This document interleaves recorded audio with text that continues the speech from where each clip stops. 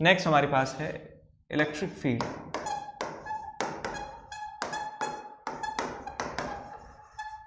Due to uniformly charged ring,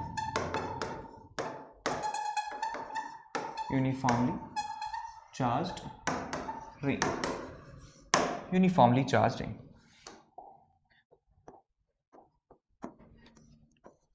तो मान लीजिए आपके पास एक रिंग है लाइक दिस, और उस पे जो चार्ज है वो यूनिफॉर्मली डिस्ट्रीब्यूटेड है लाइक दिस। इस तरीके से चार्ज जो है वो यूनिफॉर्मली डिस्ट्रीब्यूटेड है, और इसके सेंटर से और इस रिंग के परपेंडिकुलर जो प्लेन है, रिंग का जो प्लेन है उसके परपेंडिकुलर प्लेन में एक लाइन जो इसके सेंटर से पास करती है,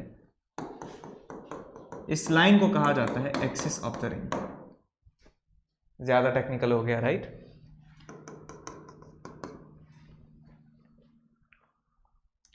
तो इस लाइन पर कोई एक पॉइंट मान लीजिए, पॉइंट है, पॉइंट का नाम मान लीजिए P के बराबर है। तो इस P पॉइंट पर हमें इलेक्ट्रिक फील्ड निकालना है, कितना होगा। इस रिंग के बारे में इंफॉर्मेशन ये है कि टोटल चार्ज जो है वो Q के बराबर है, और इसका जो रेडियस है वो R के बराबर है। Q and R is the radius. तो इस पॉइंट पर इलेक्ट्रिक फील्ड निकालने के लिए हम एक फॉर्मूला जानते हैं, KQ/R², that is the formula for electric field at a point for a point charge. एक पॉइंट चार्ज यदि है तो हम इलेक्ट्रिक फील्ड निकाल सकते हैं, KQ/R² के बराबर होगा। लेकिन यहां पे पॉइंट चार्ज तो है नहीं, लेकिन हम ये अजम्पशन मान सकते हैं कि ये जो पूरी रिंग है कि ये छोटे छोटे पॉइंट चार्जेस से मिलकर बनी है। तो ये जो ढेर सारे जो पॉइंट चार्जेस हैं, ढेर सारे पॉइंट चार्जेस हैं जिनसे ये रिंग मिलकर बनी है। तो हम किसी भी एक पॉइंट चार्ज की वजह से इलेक्ट्रिक फील्ड निकाल लें, ऐसे ही सारे जितने भी इसमें पार्टिकल्स हैं, जितने भी इसमें पॉइंट चार्जेस हैं, उन सब से इलेक्ट्रिक फील्ड निकाल लेते हैं और उनका वेक्टर सम कर देते हैं, तो हमें नेट इलेक्ट्रिक फील्ड इस रिंग की वजह से मिल जाएगा। लेकिन वो आसान काम तो है नहीं, तो क्या करें, तो आप इंटीग्रेशन की सहायता ले सकते हैं कि जब भी हमें ढेर सारी टर्म्स का समेशन करना होता है तो हम इंटीग्रेशन का इस्तेमाल करते हैं। तो इंटीग्रेशन में मैं करने के लिए मैं एक एलिमेंट जो है, एक एलिमेंट आप जानते हैं कि एक छोटा सा सेक्शन इस रिंग का मैंने लिया यहाँ पर, एक छोटा सा सेक्शन यहाँ पे लिया रिंग का मैंने यहाँ पर, और इसका जो चार्ज है मैंने मान लिया dq के बराबर है। जब भी हम इंटीग्रेशन करते हैं तो उस एलिमेंट्स का जो चार्ज है वो डेरिवेटिव की टर्म्स में लिखा जाता है, d की टर्म्स में लिखा जाता है। तो dq चार्ज मैंने मान लिया इस छोटे से पार्ट का है। अब इस छोटे से पार्ट का जो पॉजिटिव चार्ज है इसको पॉइंट चार्ज मान सकते हैं। उस चार्ज की वजह से इस पॉइंट पर जो इलेक्ट्रिक फील्ड होगा that will be along this line.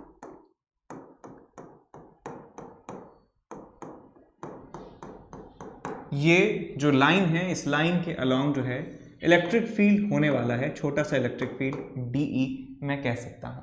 और DE की जो वैल्यू है आप लिख सकते हैं, जो आप हमेशा से लिखते आए हैं कि K इंटू चार्ज कितना है DQ, डिवाइडेड बाय डिस्टेंस का स्क्वायर। डिस्टेंस के स्क्वायर की बात करें तो ये डिस्टेंस जो है ये रेडियस के बराबर, और ये डिस्टेंस जो है इस पॉइंट की एक्सिस पर सेंटर से मैंने मान लिया x के बराबर है।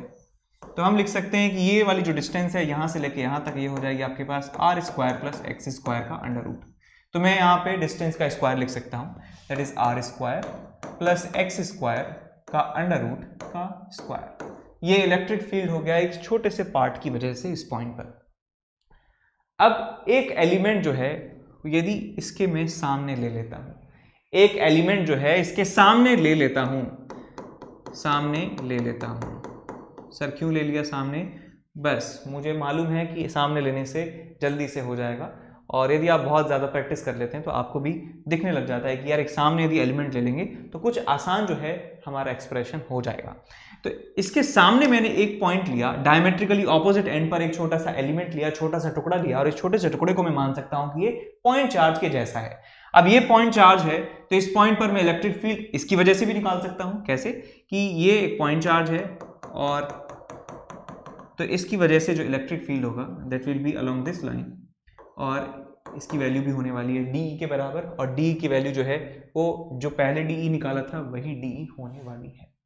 अब इस एंगल को मान लिया मैंने थीटा के बराबर है, ये एंगल है थीटा, तो मैं कह सकता हूँ सिमेट्री से ये एंगल भी कितना होगा थीटा, ये एंगल भी थीटा होगा, ये एंगल भी थीटा होगा। तो DE के आप दो कंपोनेंट कर दीजिए, इस DE के एक कंपोनेंट आएगा इस तरफ, D E cos theta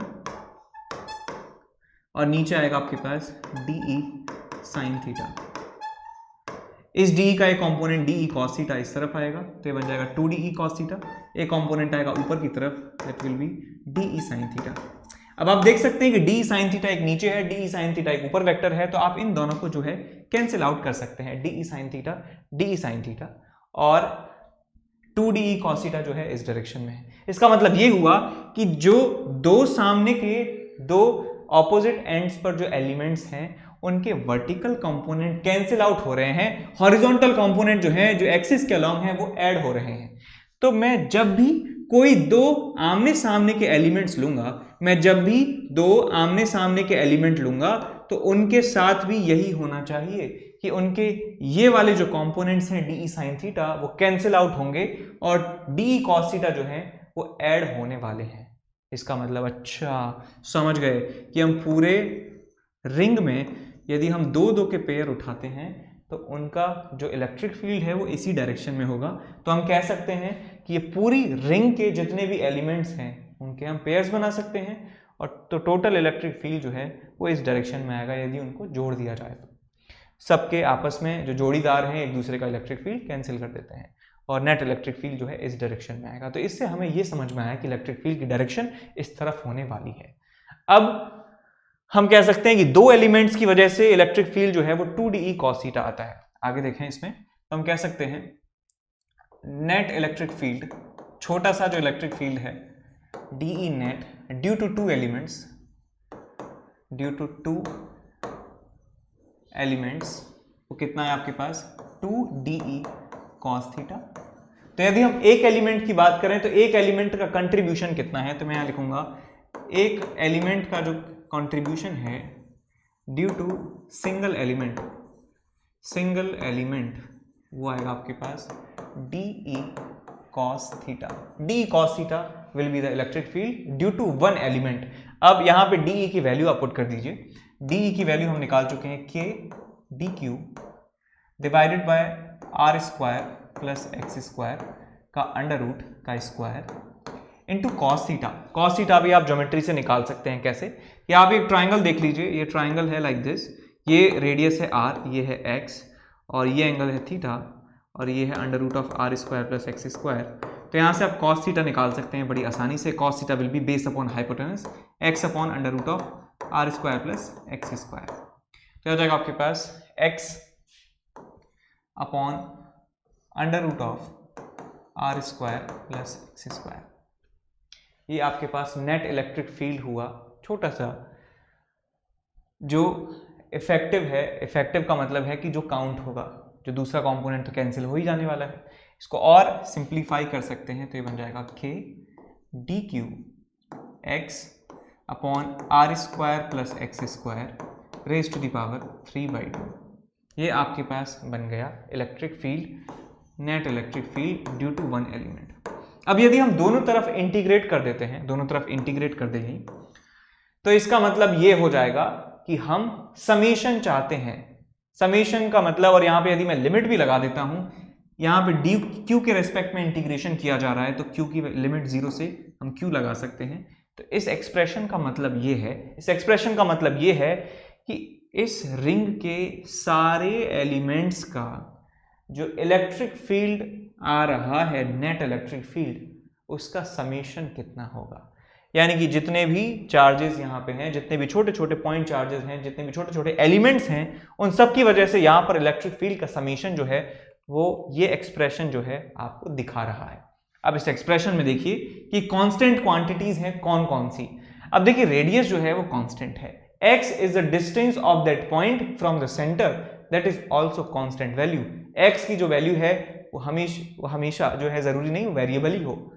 x की वैल्यू यहाँ क्वेश्चन में दिया है, कि this is the distance between here and here and this value is constant. तो हम इस कांस्टेंट वाले एक्सप्रेशन को इंटीग्रेशन के बाहर निकाल सकते हैं।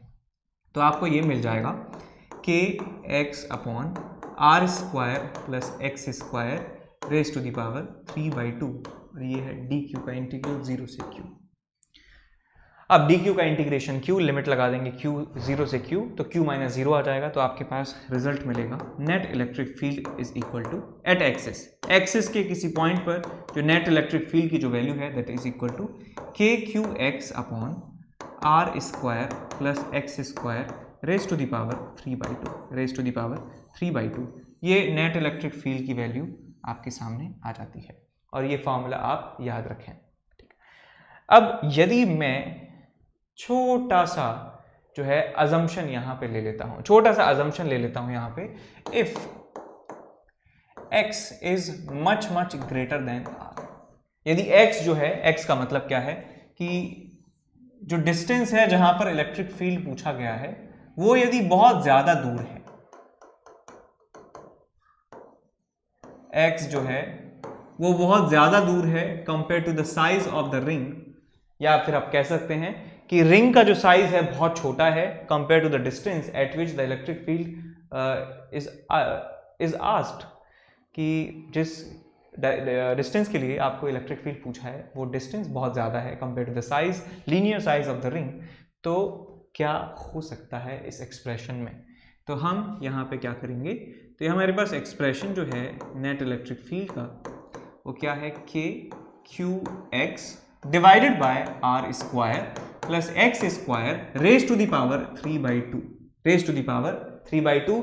एक्स की वैल्यू यदि बहुत ज्यादा है आर के कंपैरिजन में, तो यहां पर आर स्क्वायर को नेग्लेक्ट कर सकता हूं, आर स्क्वायर को नेग्लेक्ट कर सकता हूं इसके कंपैरिजन में, तो आपको यहां पे मिलेगा के क्यू एक्स अपॉन आर तो है हट ही जाएगा, तो x square raise to the power 3/2 बन जाएगा एक्स क्यूब, ये बन जाएगा आपके पास net electric field on the axis, और x से एक पावर यहां पे हटा देंगे तो आपको मिल जाएगा net electric field at axis is equal to K Q by X square, K Q by X square. अब यहां पे गौर करने की बात यह है कि ये जो फॉर्मूला है कुछ ऐसा लग रहा है यार कि ये एक पॉइंट चार्ज का फॉर्मूला हो, ये एक पॉइंट चार्ज है जिसके ऊपर चार्ज है, ये एक पॉइंट है जिसके ऊपर चार्ज है q, और उससे x डिस्टेंस पर इलेक्ट्रिक फील्ड पूछा गया है। ये कुछ ऐसा लग रहा है कि एक पॉइंट चार्ज की वजह से इलेक्ट्रिक फील्ड हम निकाल रहे हो फॉर्मूला, लेकिन हमारे पास ओरिजिनल क्या था, ओरिजिनल थी हमारे पास रिंग, और रिंग के ऊपर जो टोटल चार्ज था, रिंग के ऊपर जो टोटल चार्ज था दैट वाज q। इसका मतलब यदि रिंग का साइज छोटा है या डिस्टेंस जहां पर इलेक्ट्रिक फील्ड पूछा है वो बहुत ज्यादा है compare to the linear size of the ring, तो रिंग भी एक पॉइंट चार्ज की तरह बिहेव करती है, रिंग एक पॉइंट चार्ज की तरह बिहेव करती है यदि डिस्टेंस जहां पर इलेक्ट्रिक फील्ड पूछा है वो बहुत ज्यादा है रेडियस के कंपैरिजन में। इसको आप नोट की फॉर्म में लिखेंगे, ये जो रिजल्ट है ये तभी एप्लीकेबल है जब ये हो, तो ये याद रखें, if this then this, if then this, if then this. तो हम यहां पे नोट में लिखने वाले हैं, नोट में लिखने वाले हैं if linear size of ring, इसका मतलब है basically radius slash diameter is much smaller than the distance x at which electric field is being calculated, then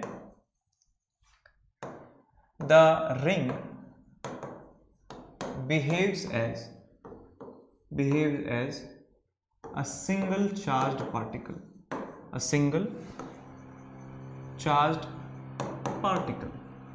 एक सिंगल चार्ज पार्टिकल की तरह ये जो रिंग है बिहेव करती है, और जो फॉर्मूला है वो भी ये बन जाता है सिंपल, के क्यू बाय एक्स स्क्वायर के बराबर। ठीक है, इस बात का याद रखेंगे।